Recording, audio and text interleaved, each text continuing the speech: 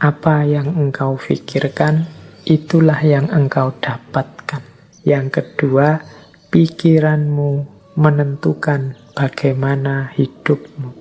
Yang ketiga, pikiran yang positif akan mendatangkan kehidupan yang positif.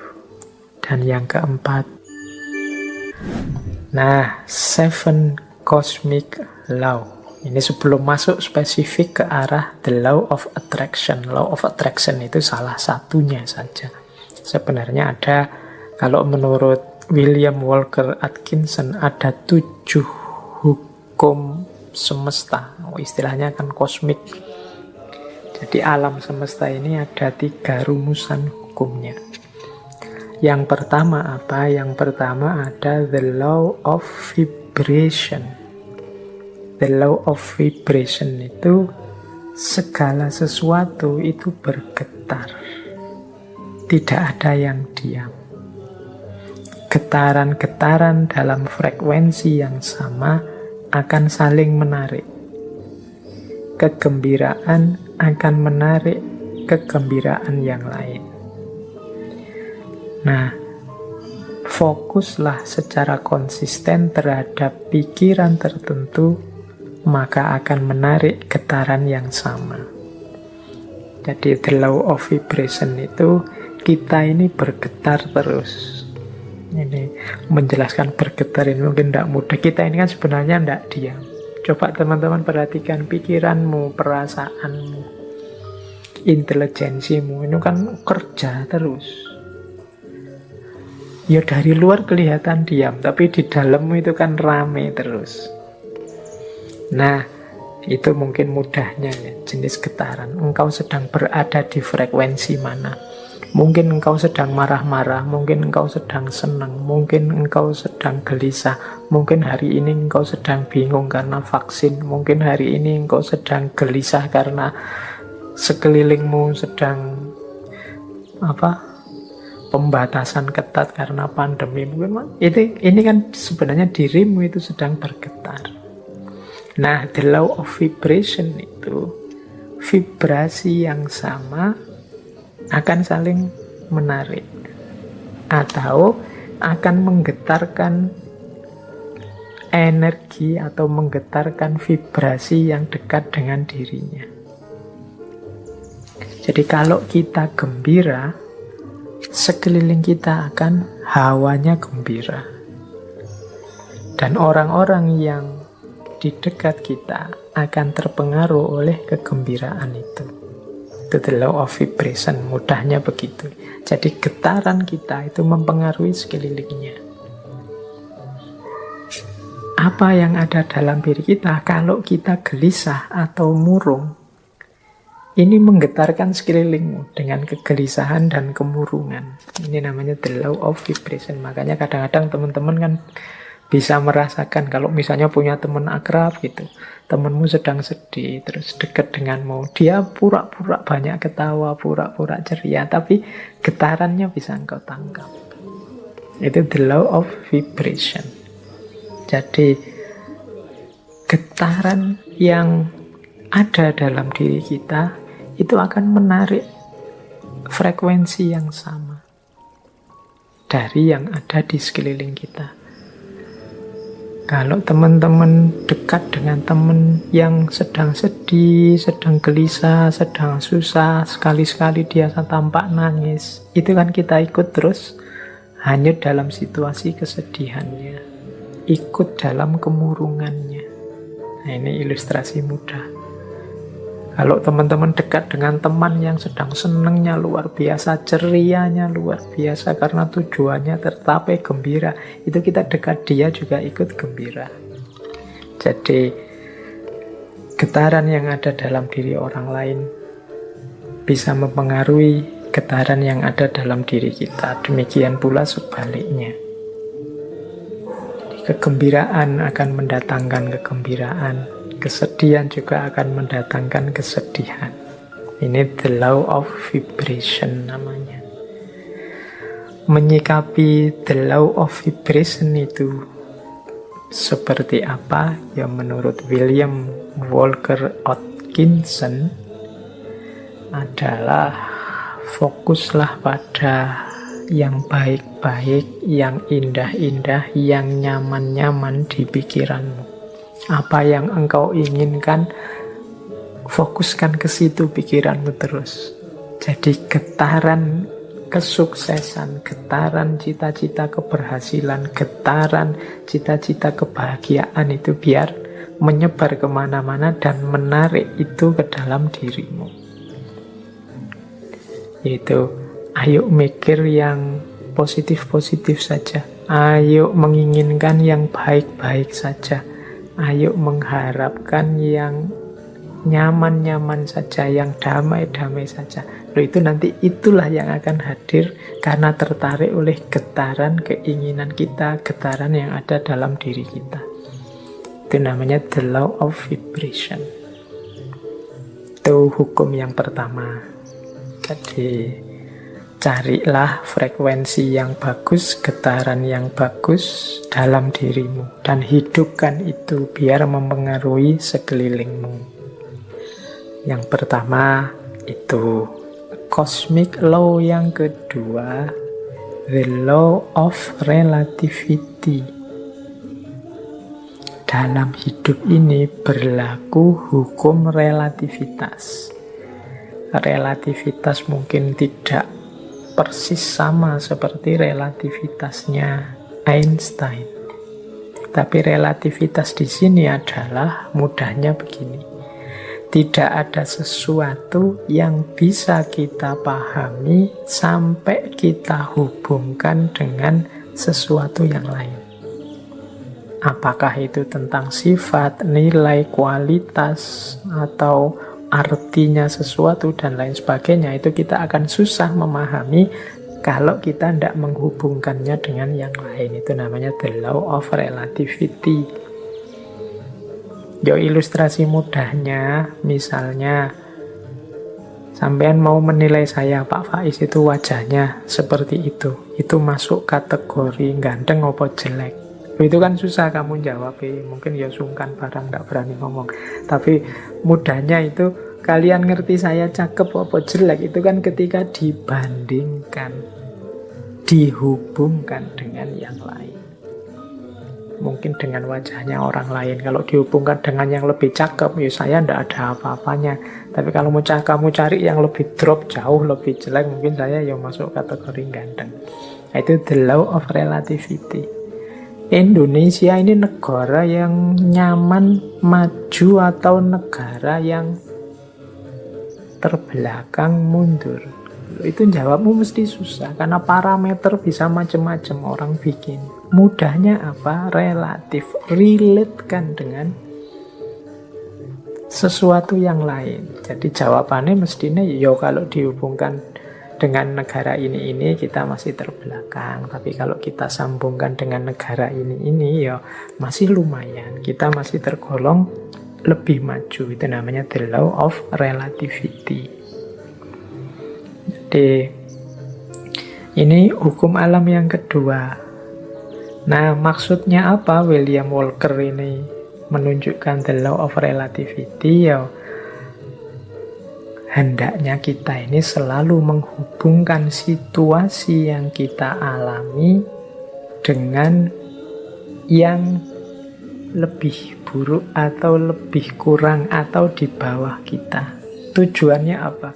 Biar kita bersyukur.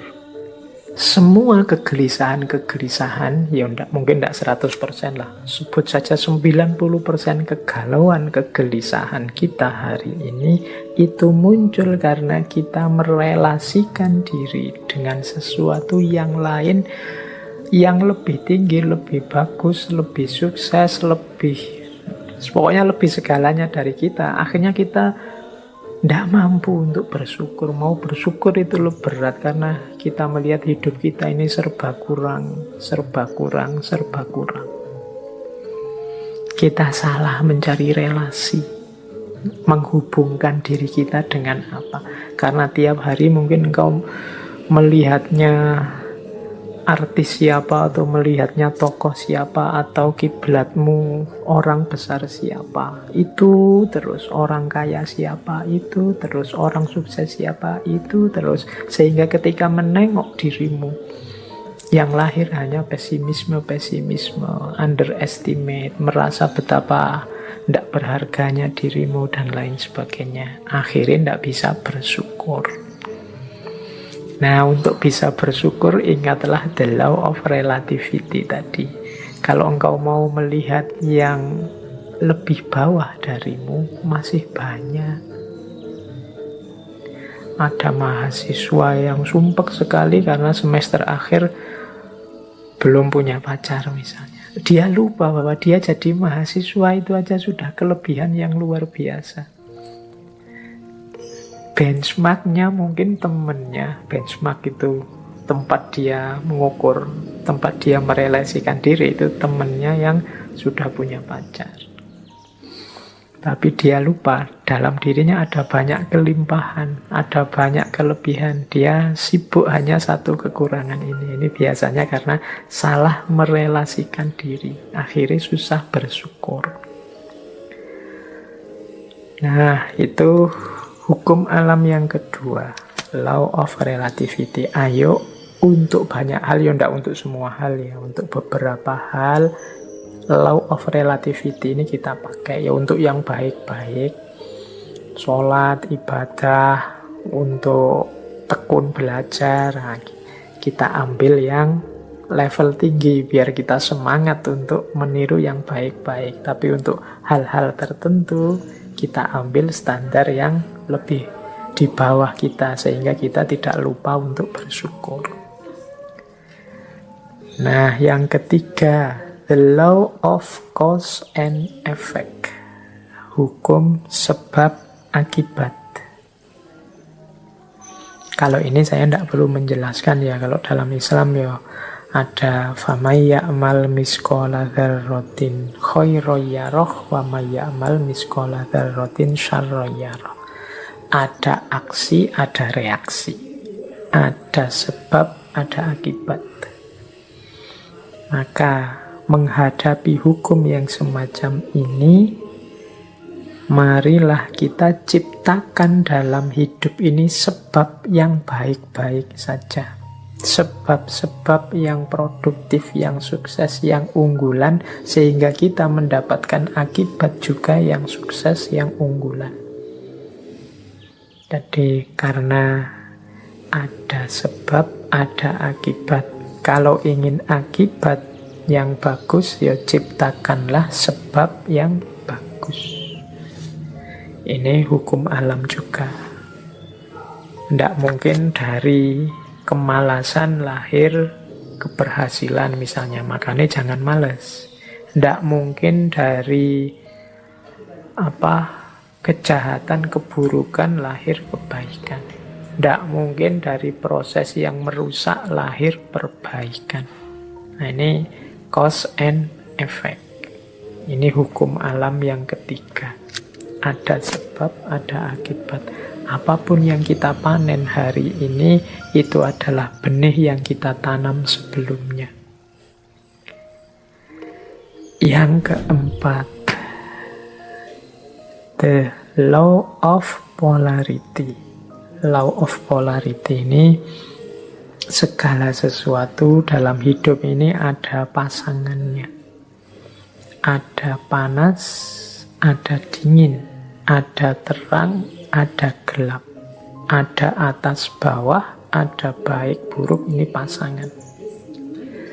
Pasangan ini sifatnya saling mengadakan. Saling mengadakan, ya kalau tidak ada buruk, yang baik juga tidak akan ada. Adanya yang baik karena ada yang buruk. Ini namanya saling mengadakan. Kalau semua orang sama, semua baik, semua, ya dia tidak disebut baik, ya standar saja. Dia disebut baik karena ada yang buruk. Disebut terang karena ada situasi gelap. Disebut atas karena ada bawahnya. Bawah saja tidak ada atas, tidak mungkin. Atas saja tidak ada bawahnya, tidak mungkin. Jadi dia saling mengadakan, saling mendukung. keberadaan masing-masing.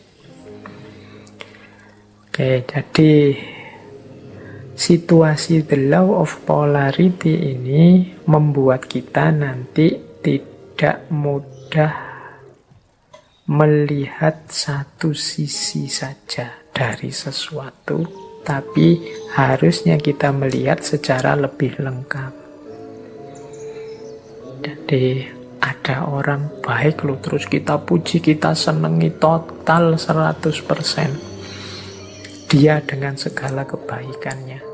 Tiba-tiba dia melakukan sedikit atau satu keburukan. Runtuhlah kepercayaan kita yang darinya sangat cinta jadi sangat benci. Kita lupa bahwa namanya masih manusia, masih duniawi, itu pasti berpasangan. Ada baiknya, ada buruknya. Ya mungkin kadar dan ukurannya berbeda-beda, tapi pasti ada pasangan-pasangan ini. Kita sering tidak siap menerima situasi yang kebalikan dari kenikmatan, kenyamanan yang kita rasakan hari ini. Padahal itu ya berpasangan. Ada enak, ada tidak enak. Di balik kenikmatan, di sisi sana ada ketidaknikmatan. Itu selalu ada.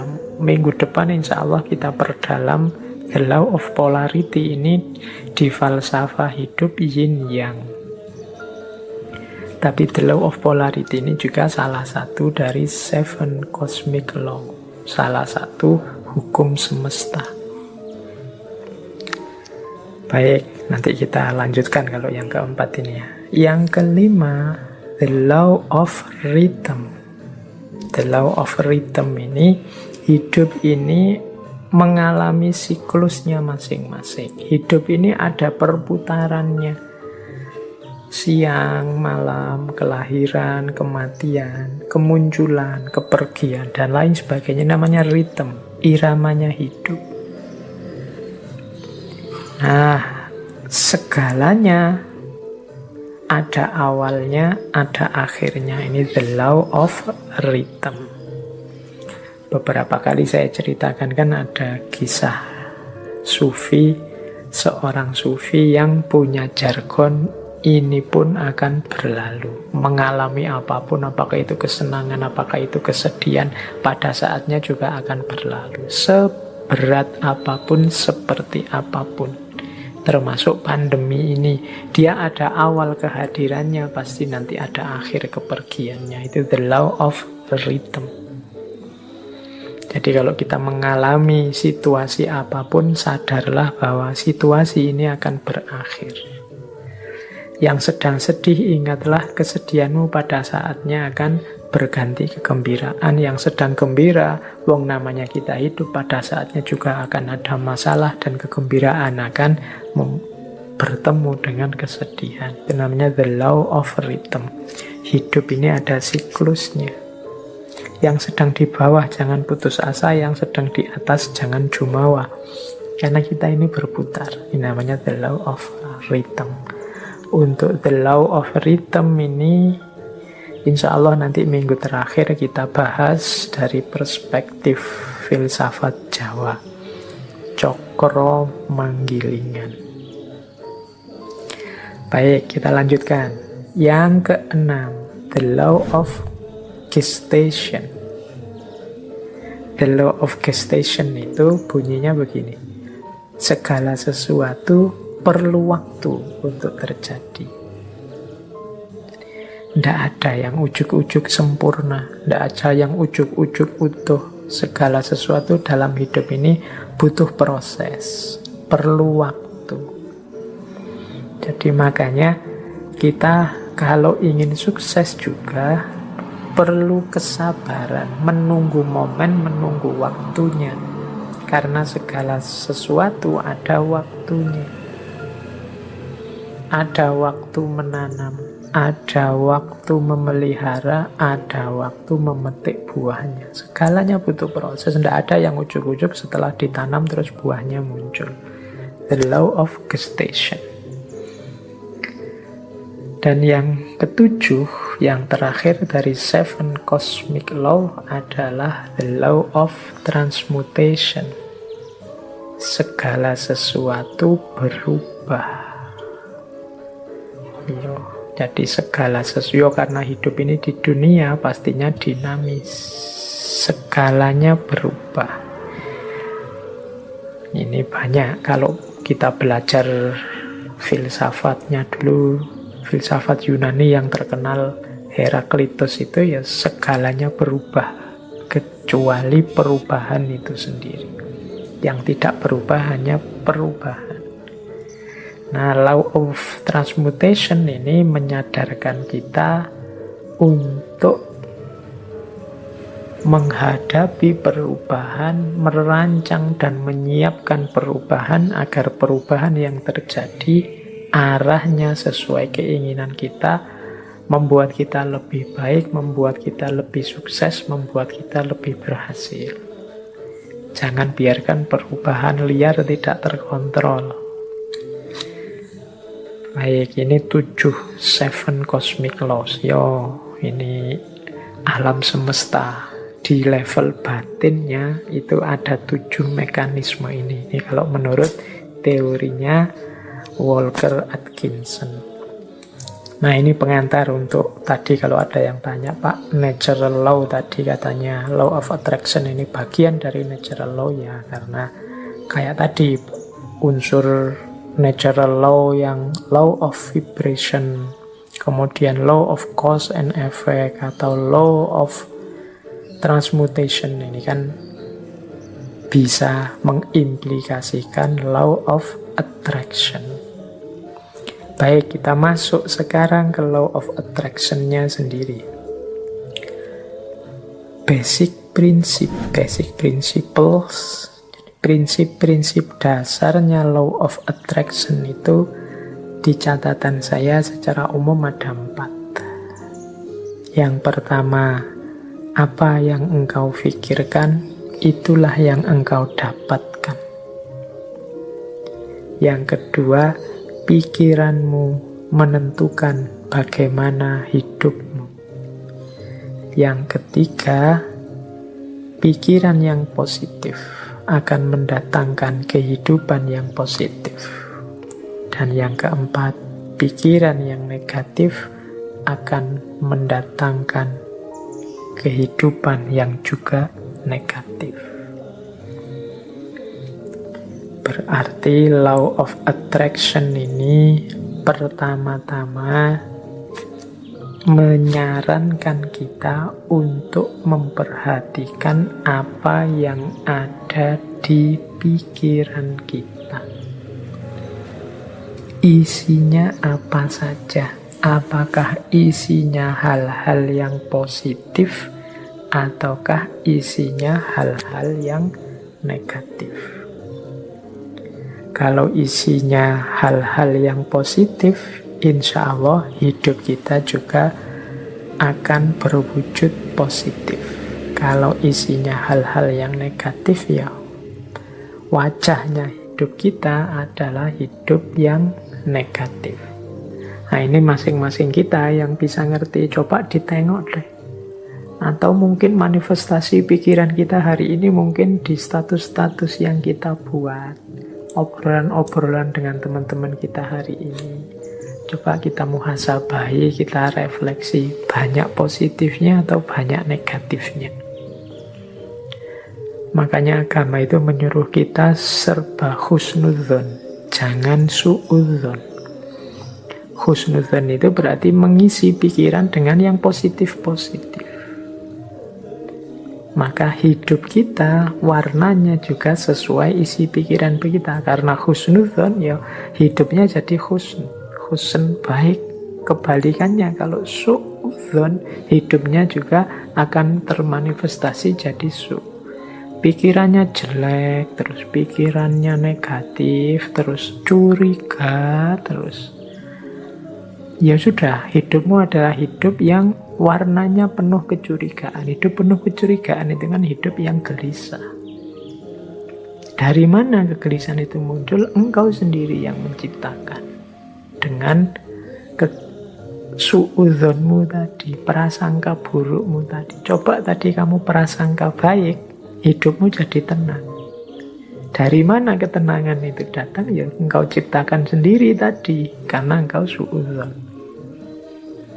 Ya bayangkan ya mudahnya, misalnya kalian mau naik kendaraan umum, naik bis atau kereta.